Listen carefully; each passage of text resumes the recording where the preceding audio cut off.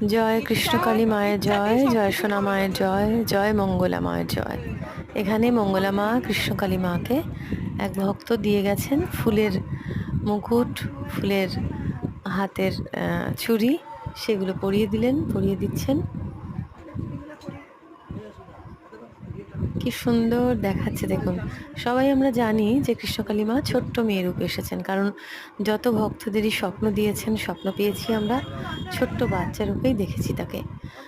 আমিও স্বপ্ন দেখেছি অনেক, তো আমার অনেক মিরাকেলও হয়েছে। আমি ভক্ত ছিলাম, হঠাৎ ভিডিও দেখি, তারপরেই যাই, তারপরে মায়ের ভিডিও প্রচার করতে শুরু করি আমার নিজস্ব ভিডিওর সঙ্গে।